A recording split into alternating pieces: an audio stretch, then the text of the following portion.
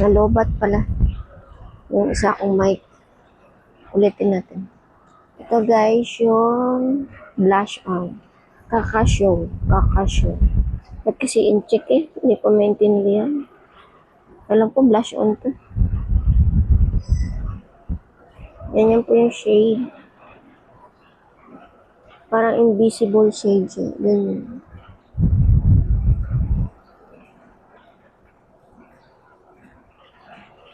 Yan po. Nakikita niyo po ba? Ganyan lang po siya.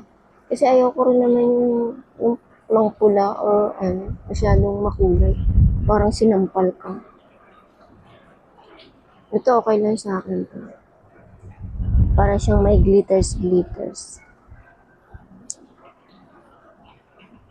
Ang shade niya is, ang pangalan is Kakashow. 102 ang napili kong shade. Soft light, bright color, gradient, powder, blusher. Sinabi siguro blusher, blush on siguro. Yan lang po. Bye!